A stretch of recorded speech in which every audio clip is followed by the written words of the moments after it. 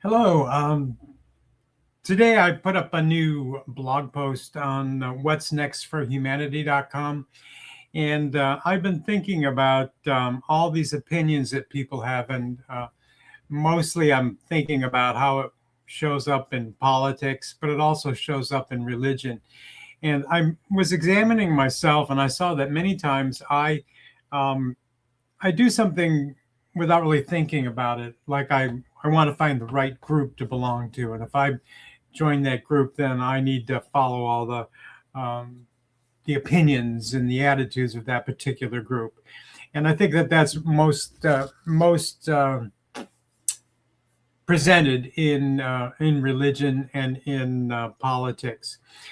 However, at the same time, I remember growing up, and I was in the Catholic Church, and I would see people come to church, and they would say the right things, and they would stand up and sit down and kneel and do all the right things. But I never got the feeling like most of them really had any kind of insight or inclination or um, ownership of those things. It was more like a structure you went through because you're supposed to go to church on Sunday, and that somehow that was being um, religious. So, without it being a judgment about what's right or wrong, I wanted to make it about, how do you seek what's true for yourself and what's good and wholesome in yourself.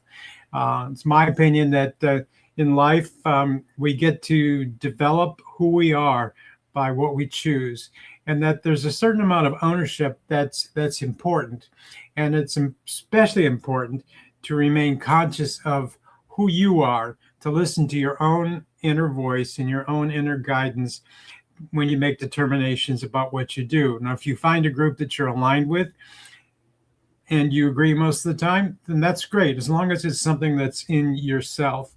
So I just wanted to just share a couple of insights I had about this today and share it with you. And you can see the blog post on, what's next for humanity.com. So if you choose to align with the group, do it as the owner of yourself. When you stop questioning, you give away your power.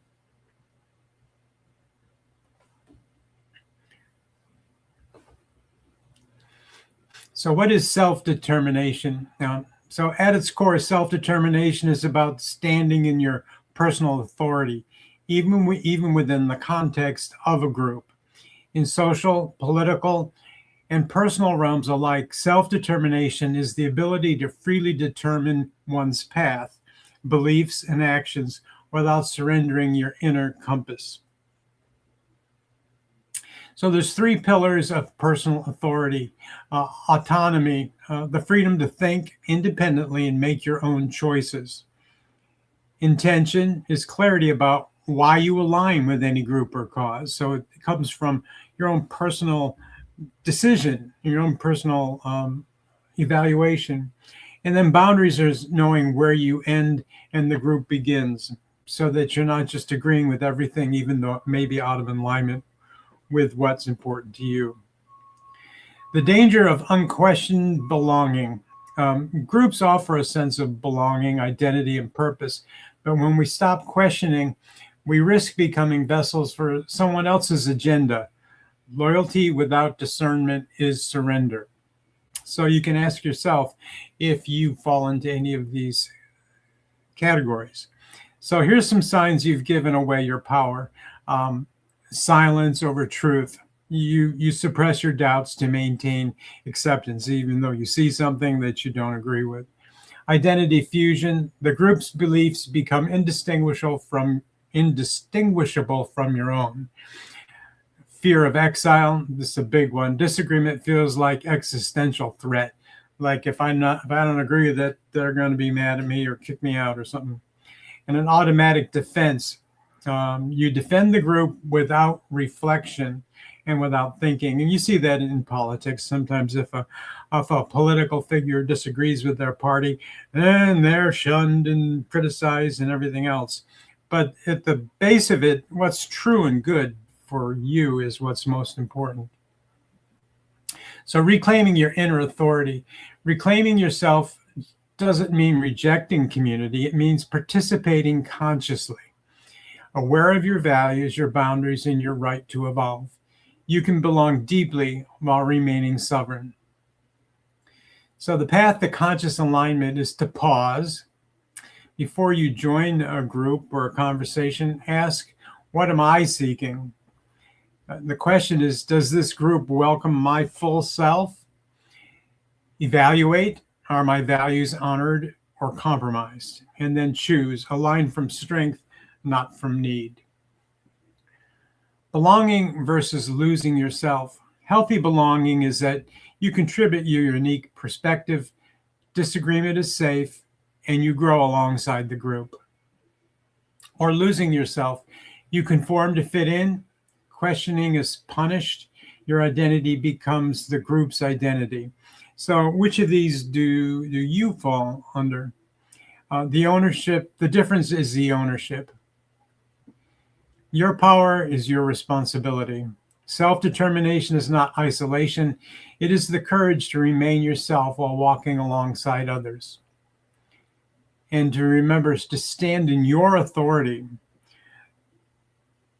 Align with groups that honor your wholeness. Question those that demand your silence. You are the owner of yourself, always.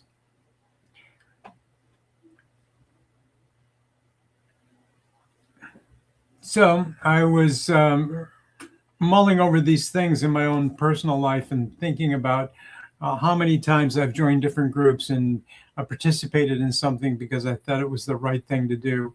And that I never, well, not never, but most of the time would put down my own thoughts or my own opinions about something. I think there's a way of disagreeing without being disagreeable, if that makes any sense. And I think a big thing that seems to be lacking in the world these days when people have communication is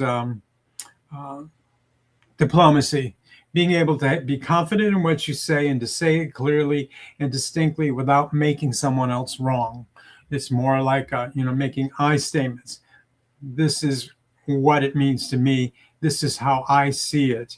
And then being open for feedback and sharing. So I think that the future that we have is actually going to be bright, especially because of all the communication technologies we have.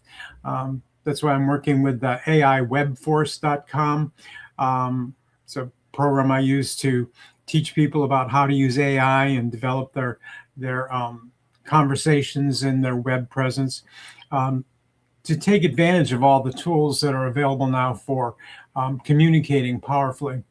And is actually a time of great freedom because we've never had so much access to so much information and so many tools to communicate with other people. It's really pretty amazing. 100 years ago, people had the printed newspapers, and then we came up with the internet, and then we had Google, and we started sharing more things. But now you can become your own television station. You can become your own radio station. You can become your own newspaper.